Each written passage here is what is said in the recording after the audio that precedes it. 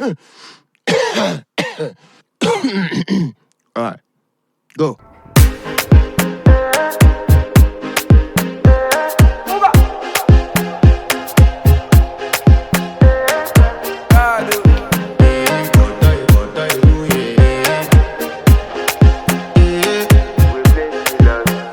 I want to flex my love, I want to impress, and I want to carry my love away.